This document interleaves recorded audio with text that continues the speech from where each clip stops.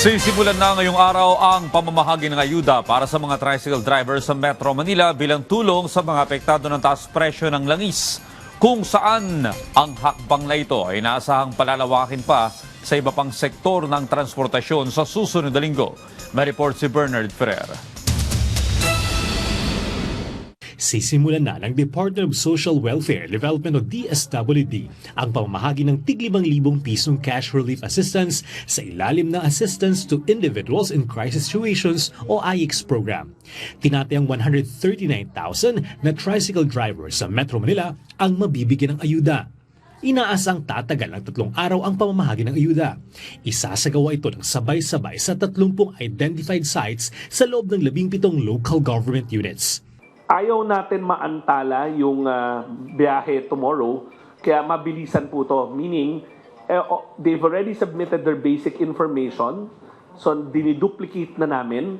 So tomorrow, payout na lang talaga. They'll come in, we give them the 5,000, they go back to the line. Ipinaubay na ng DSWD sa mga local government units ang pagtatakda ng schedule ng pagtanggap ng ayuda ng mga tricycle driver upang mas maging maayos at organisadong sistema. Kasabay nito, may paalalang DSWD. Huwag ho kayo pupunta sa payout site kapag hindi nyo pa schedule. Kasi hindi ho a-appear ang pangalan nyo sa mga babayaran, bibigyan ng tulong pinansyal bukas. Kinakailangan magdala ng original driver's license at isang photocopy para sa verifikasyon. May mga nakadeploy din na help desk ang DSWD sa lahat ng payout sites upang tumulong sa mga benepisyaryo. Matapos ang Metro Manila, susunod namang mabibigyan ng ayuda ang mga tricycle drivers sa iba pang mga lalawigan. Samantala, nakumpleto na ng Department of Transportation o DOTR ang listahan ng mga driver ng Transport Network Vehicle Service o TNVS at motorcycle taxis.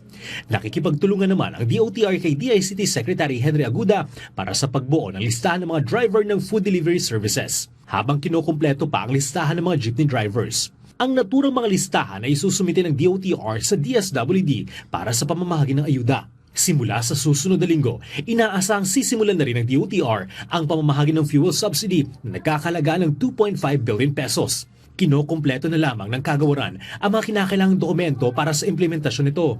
Hopefully, makukuha natin yung pondo within this week, yung NCA from DBM. Kinokompleto namin ngayong araw yung mga dokumentong kailangan. At ang napag-usapan namin ni Secretary Rex, once we have the funding for this fuel subsidy, we can do a simultaneous and parallel distribution.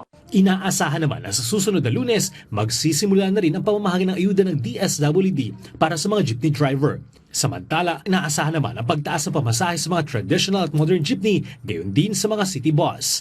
Bernard Ferrer para sa Pambansang TV sa Bagong Pilipinas.